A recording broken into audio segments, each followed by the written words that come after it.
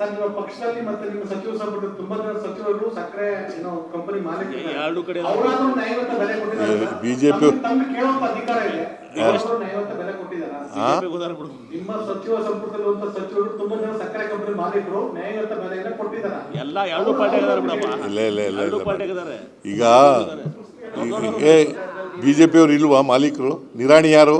Sir ತಮ್ಮದು ಕೇಳಿ sir. ಅಲ್ಲ ನಂದಿರ್ಲಪ್ಪ, ನಿರಾಣಿ ಯಾರ್ರೀ?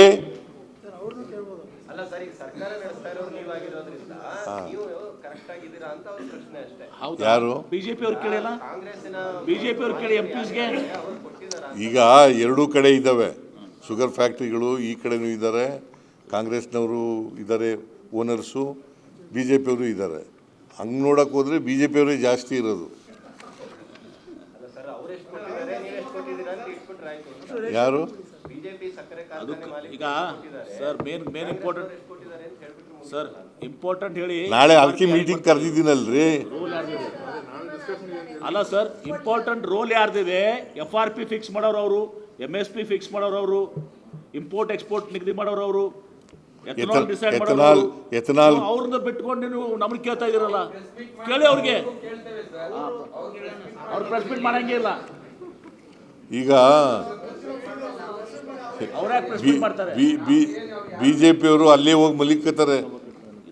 ಅವ್ರು ಯಾಕೆ ಹೋಗಿ ದಿಲ್ಲಿನಲ್ಲಿ ಹೋಗಿ ಪ್ರಧಾನಮಂತ್ರಿಗಳ ಹತ್ರ ಹೋಗಿ ಕೂತ್ಕೊಂಡು ಮಾತಾಡಲ್ಲ?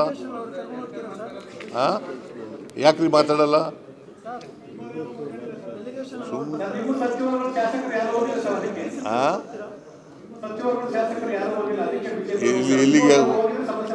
ಎಲ್ಲಿಗೆ ಹೋಗ್ಲಿಲ್ಲ?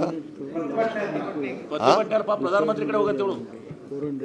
ನಾನೇ ಕೇಳ್ತಾ ಇದ್ದೀನಲ್ರಿ, ಟೈಮ್ ಅವ್ರ ಹತ್ರ ಕೇಳ್ತಾ ಇದ್ದೀನಿ. ಅವ್ರು ಕೊಟ್ಟರೆ ನಾಳೆನೇ ಹೋಗ್ತೀನಿ.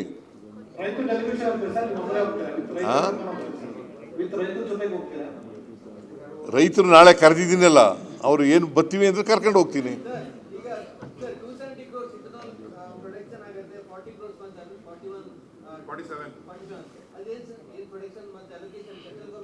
ಈಗ ನೋಡಪ್ಪ, 270 crore ಲೀಟರ್ ಉತ್ಪಾದನೆ ಮಾಡ್ತೀವಿ ನಾವು ಎಥನಾಲ್ನ.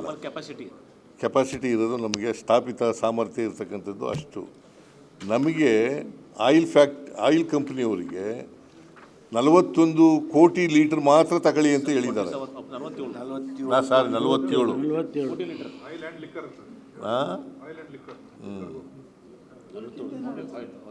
47.